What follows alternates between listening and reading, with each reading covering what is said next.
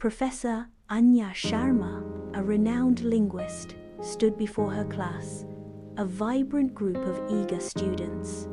"Today," she announced, her voice echoing in the bright classroom, "we delve into the simple present tense, the bedrock of English grammar." She smiled, a twinkle in her eye. Anya believed that even the most fundamental concepts deserved engaging exploration.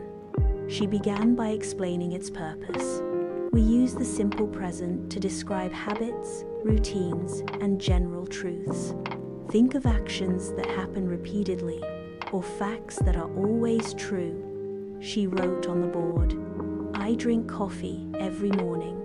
The earth revolves around the sun." The students diligently copied the examples. Next, she detailed the rules, her voice clear and precise.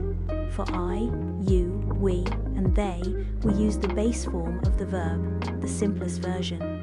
For example, I eat, you sleep, we study, they play.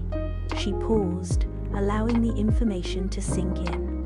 Then came the trickier part. But for he, she, and it, we add s or s. So, he eats, she sleeps, it plays. There are exceptions, of course, but we'll tackle those later. Anya's explanation was peppered with real-world examples, making the concepts relatable and easy to grasp. To reinforce learning, Anya introduced interactive exercises.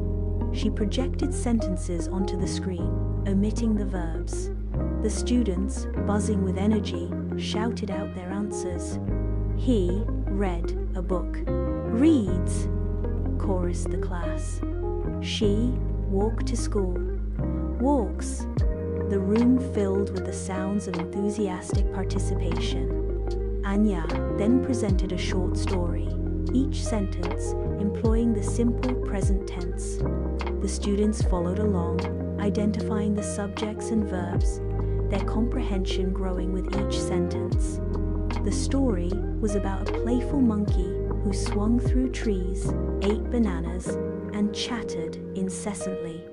This engaging narrative solidified their understanding. Finally, Anya concluded the class with a quick quiz, designed to assess their grasp of the tense. The students worked independently, their pencils scratching across paper. Anya moved among them, offering gentle guidance and encouragement. The results were overwhelmingly positive, a testament to Anya's effective teaching style. "Excellent work, everyone," she exclaimed, her voice brimming with pride. "Remember, consistent practice is key to mastering the simple present tense." The students, energized and confident, left the class eager to put their newfound knowledge into practice. The simple present tense, once a daunting grammatical concept, had transformed into a manageable and even enjoyable element of the English language.